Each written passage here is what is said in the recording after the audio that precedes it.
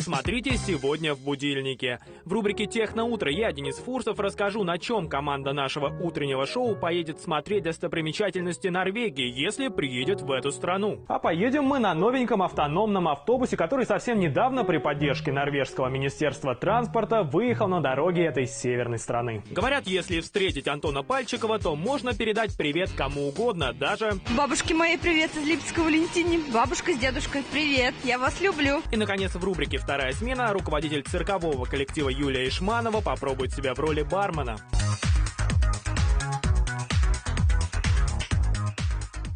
Это и многое другое смотрите сегодня в будильнике.